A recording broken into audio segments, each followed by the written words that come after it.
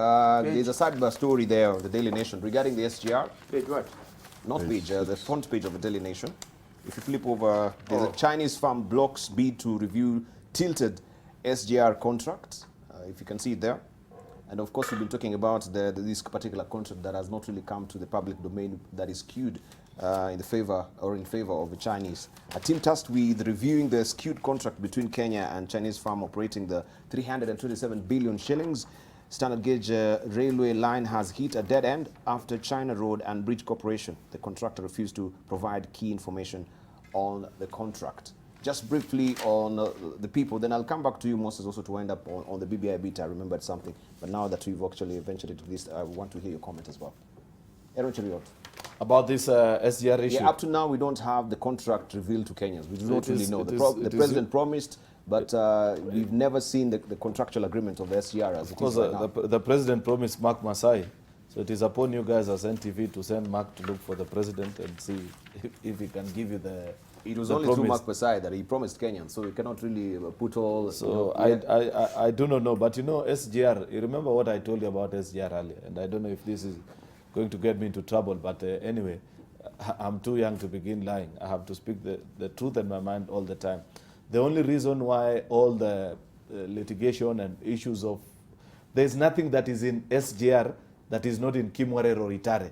The only difference why SGR can never be investigated is that those that maybe for one reason or the other are involved in the same are politically correct at the moment. That's why you'll never read about all these issues. That's why you did an expose once only as Sunday Nation and it disappeared forever. You know, you gave us a very telling story that there is a company that is paid side to side with CRBC, the Chinese consortium that is building SGR, that every time Kenyans are paying, part of the money goes to CRBC, part of it goes to a company, you call it African Railway or something. But after that time, that story has completely disappeared. It's not available even on your online publications as Nation Media Group. So that tells you that it's not a very small issue. We await the day when the truth will eventually come out. But as it is, there's very little that you can know about this particular deal, the concessions, the kind of agreements that were done. So we are limited on what you can say about it. Sorry, quickly. I think this standard gauge railway, when the Transport Committee brought this, I think it was Transport Committee brought it to Parliament for Parliament's approval on the start of the construction of the railway, I was the only one, and I think the Hansard will bear me out. I was the only member of Parliament who opposed this. I said, yes, we might need a standard gauge railway, but not at any cost, because the cost was just astronomical. It was not commensurate with what I'd read about how much these things cost. So, but it's shrouded in mystery up to today. I'm not surprised, because however, the way it was brought on, we already had a standard gauge railway.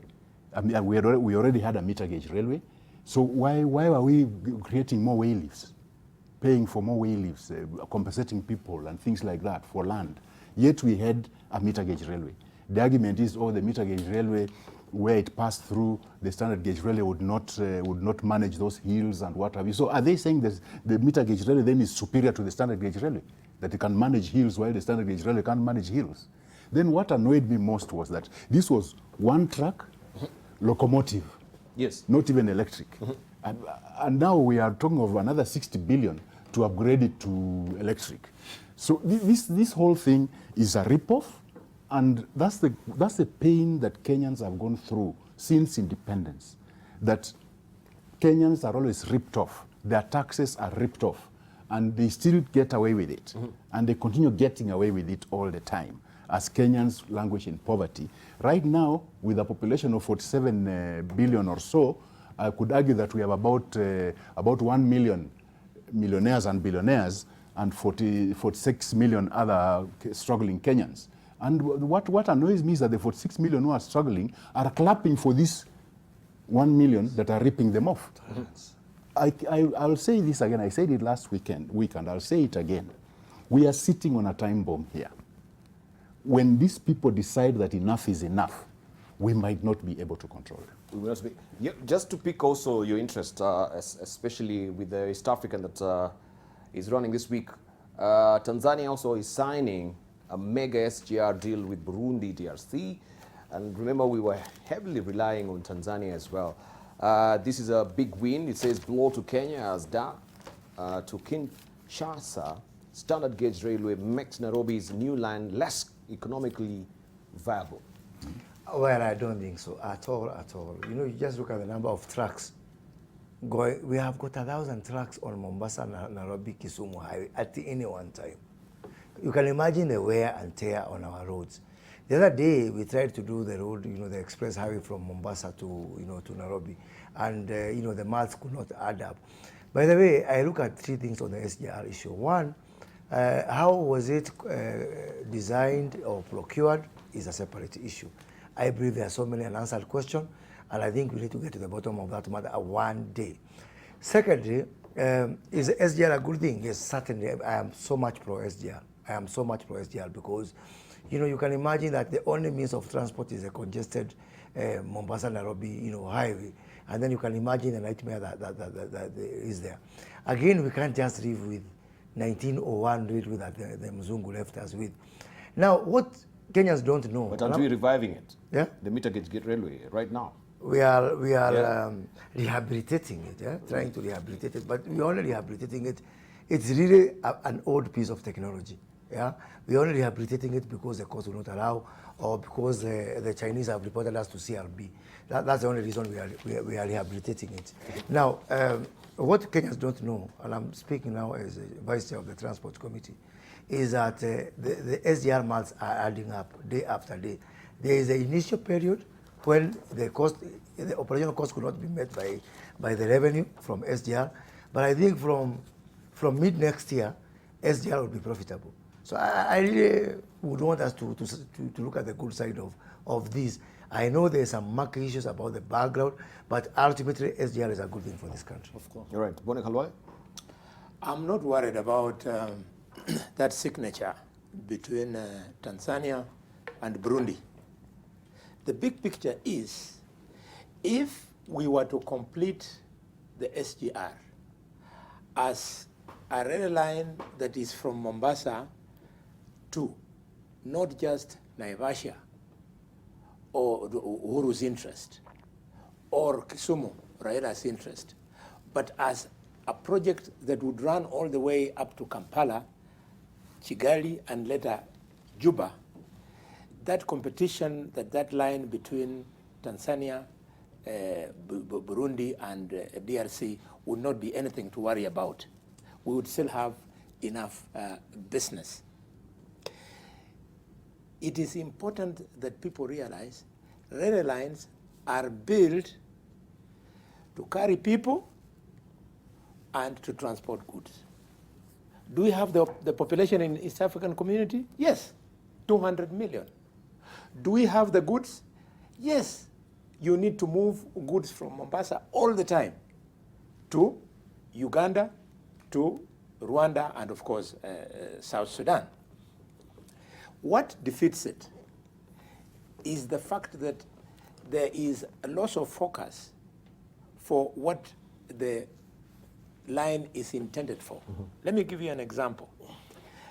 In Mombasa, we have transporters and transporting groups that are up in arms that the SGR is denying them business. Who told them that SGR was supposed to be built so as to increase, to enhance the number of trucks on the Mombasa-Nairobi highway? It is actually the opposite. So the transporters should know that SGR was built to remove their trucks from our roads, so that goods could be transported in a more secure and in a faster way through the SGR. But the noise you hear from politicians and players in cost shouldn't there be an option that you cannot try and shoehorn the truck owners to actually use SGR as it is, and then come and give this? It will be market forces. Market forces will determine whether a transporter chooses to go the SGR which is or good, uses the which truck. is good. But let the market forces also play. The government has not really allowed the market forces to play as it is. No. They on the ground also the truckers are actually complaining that the CS really came to. Just let me finish. That the CS came to the fore. We promised that no one will be shoehorned to use you know, SGR as it is, right? But he was speaking, you know, a double speak, both sides of the mouth, because on the ground, the truckers or the truck drivers or the truck owners are not really seeing this being implemented. I've heard this and I've talked to transporters, and I've said that I remember that time I chaired the transport committee that looked at this issue of whether it is compulsory or it is market forces. And, you know, we summoned the cabinet secretary who reaffirmed that the notice was actually not suspended but totally withdrawn, and market forces are at play. But the truck drivers said they want to demonstrate every day. So I asked them, why are you demonstrating and there's no notice to compare? I think, you know, some people got us accustomed to demonstrations as a way of life. So, but that's our situation.